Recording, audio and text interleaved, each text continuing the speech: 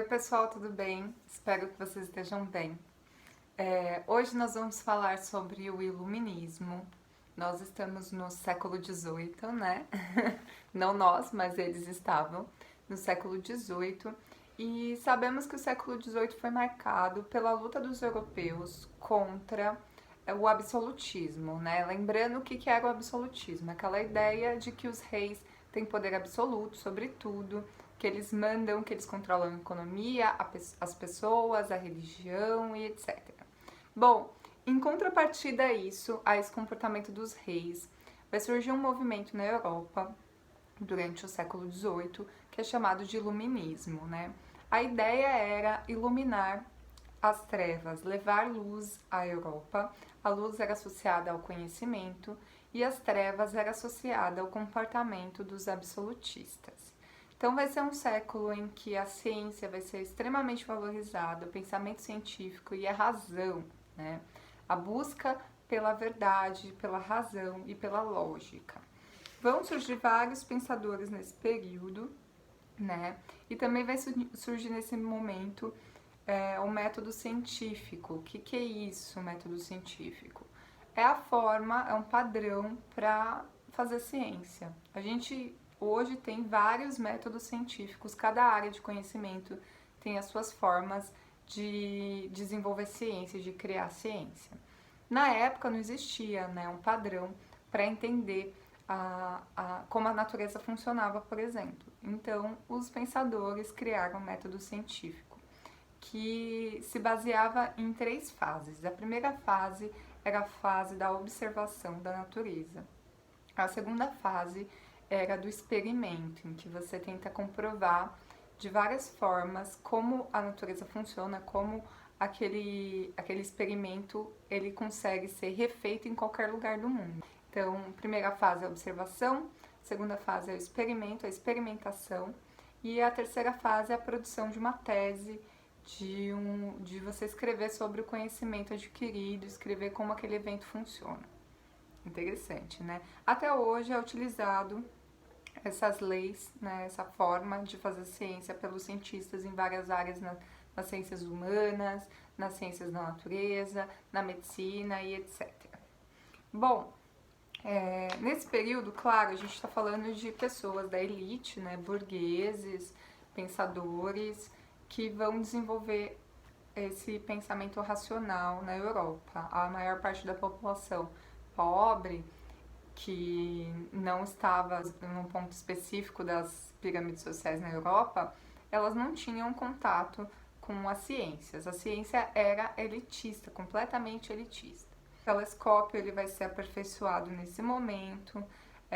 A ideia que a Terra era esférica e que o sistema solar, que o Sol era o astro central do nosso sistema solar, etc., já tinha sido questionada milhares de vezes e já tinham sido criadas teorias lá no século XVI.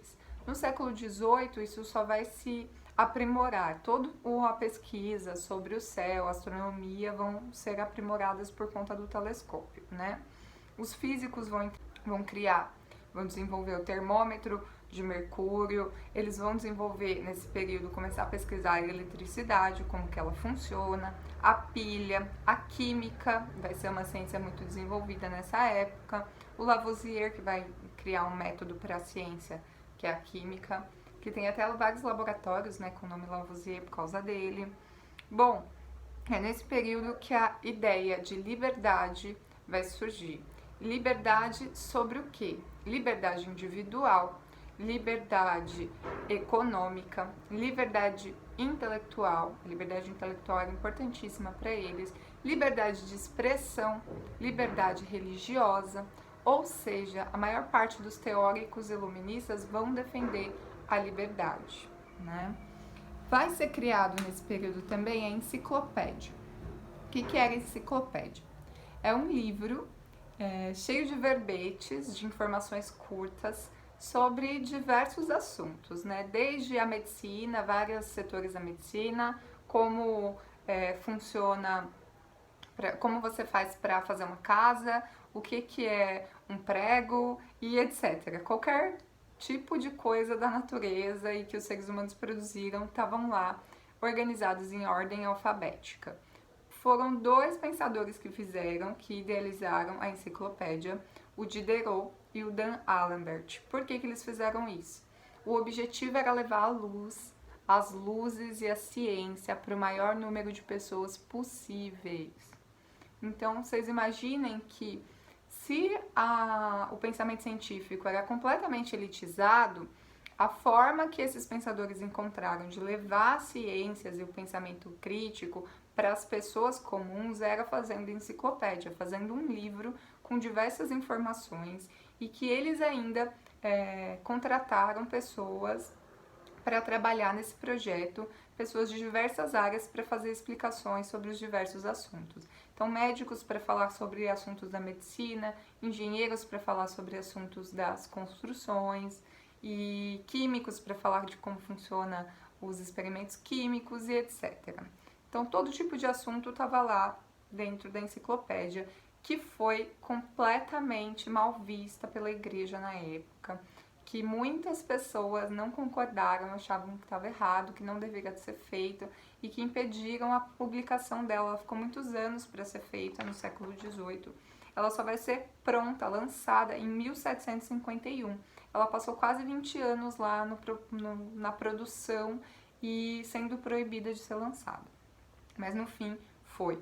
Hoje vocês conhecem a enciclopédia com outro nome, chamada de Wikipédia. A Wikipédia que a gente tem, coloca lá no Google, qualquer informação do mundo está na Wikipédia, ela é uma modernização da enciclopédia criada pelo Diderot e o Dan Alembert, né? Então, a ideia é que todo tipo de informação seja encontrada lá. Hoje em dia, a Wikipédia é positiva, é boa porque tornou a informação mais acessível para todo mundo. Porém, ela é um pouco ruim porque qualquer um pode criar conteúdo na enciclopédia, na Wikipédia, na internet. Na época da enciclopédia, ela foi feita só especialistas podiam escrever sobre os assuntos. E hoje em dia, com a internet, né, na Wikipédia, qualquer um pode escrever o que achar que é correto. Então, é comum a gente, professores, não deixarem os alunos fazerem pesquisas somente pela Wikipédia, porque as informações podem não ser tão, assim, assertivas quanto gostaríamos. Bom, entre esses teóricos e pesquisadores e filósofos da época, eu vou citar alguns aqui para vocês. Primeiro, John Locke, que foi um filósofo inglês, tá? Ele era um filósofo completamente contrário ao absolutismo. Na época do Carlos II, lá na Inglaterra, ele vai escrever sobre a experiência da Inglaterra acabando com o absolutismo, né? Ele tem ele tem várias obras publicadas e a maior defesa dele é que os governantes, eles deveriam garantir a vida, a liberdade e os bens materiais para as pessoas. Ele acreditava nisso, que existia um objetivo para o governante trabalhar, que era garantir esses 3 direitos. Caso o governante não garantisse esses direitos à população, era direito do povo retirá-lo do poder. Então ia completamente de encontro com o absolutismo, né? Outro pensador desse período foi o Montesquieu, ele que acreditava que o poder estava concentrado nas mãos dos reis e que deveria ser dividido. Então ele vai criar a teoria dos 3 poderes que nós utilizamos hoje no direito, né? Poder executivo, poder legislativo e poder judiciário. Todos os países democráticos com uma constituição utilizam essa divisão de poderes, né? O executivo é o líder, presidente, governador, etc. Legislativo que cria as leis e vota as leis. E o judiciário que julga essas leis. Né? Então foi o Montesquieu, no século XVIII, que fez essa teoria. Outro pensador é o Rousseau. E ele vai fazer um livro e uma teoria chamada de contrato social, tá? E o direito do voto. Ele era um dos mais radicais do período, porque ele acreditava que deveria ter uma república, não deveriam ter reis. Ele acreditava que o voto era um direito de todos, deveria ser universal. E ele acreditava no contrato social entre os governantes e os governados. Caso os governantes não atendessem às expectativas dos governados, eles deveriam ser tirados do poder, né? Até com violência, se necessário. Tinha outro também pensador, que era o Voltaire. Voltaire, ele era um dos mais conservadores entre esses pensadores. Ele acreditava que o principal, primordial para a liberdade era a liberdade de expressão, que todo mundo deveria ter o direito de falar e pensar e escrever o que quisesse.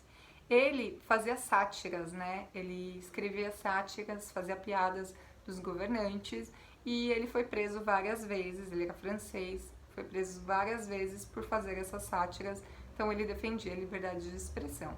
Percebam que as liberdades que estão sendo questionadas aqui é a liberdade individual, liberdade de escolha, liberdade de expressão, liberdade, o poder dividido, né? Então, essa é a base do iluminismo, a base teórica do iluminismo. Outro pensador que vai falar mais especificamente sobre a economia era o Adam Smith. O Adam Smith, ele vai questionar a forma como os reis absolutistas eles organizavam a economia dos seus países. Como assim? Vocês lembram que os reis absolutistas, eles acreditavam que para ter um país rico, um reino rico, deveria investir em metais preciosos, ouro e prata, e que deveria ter colônias para explorar, e que o patrimônio do reino era o patrimônio dele, e tudo isso que vocês já viram lá no absolutismo. Para o Adam Smith, isso estava errado.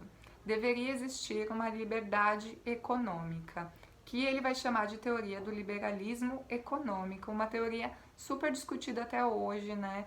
Que existiram pessoas ao longo da história que vão rever essa teoria e aprimorar. E os Estados Unidos é um país que acredita que é neoliberal, que se baseou nesse tipo de teoria para construir sua economia. E ele acreditava, dentro dessa teoria, que o país deveria ter liberdade total econômica, ou seja, os comerciantes tinham que vender num preço que eles quisessem e as pessoas, se quisessem comprar, comprariam. É o tipo de lei chamada de oferta e demanda. De acordo com a oferta, se tiver muita oferta do produto e muita demanda, muita gente querendo comprar, esse produto vai estar no mercado em grande quantidade e provavelmente o preço vai ser razoável. Se o produto for escasso e muita gente quiser comprar, esse preço do produto vai subir, né?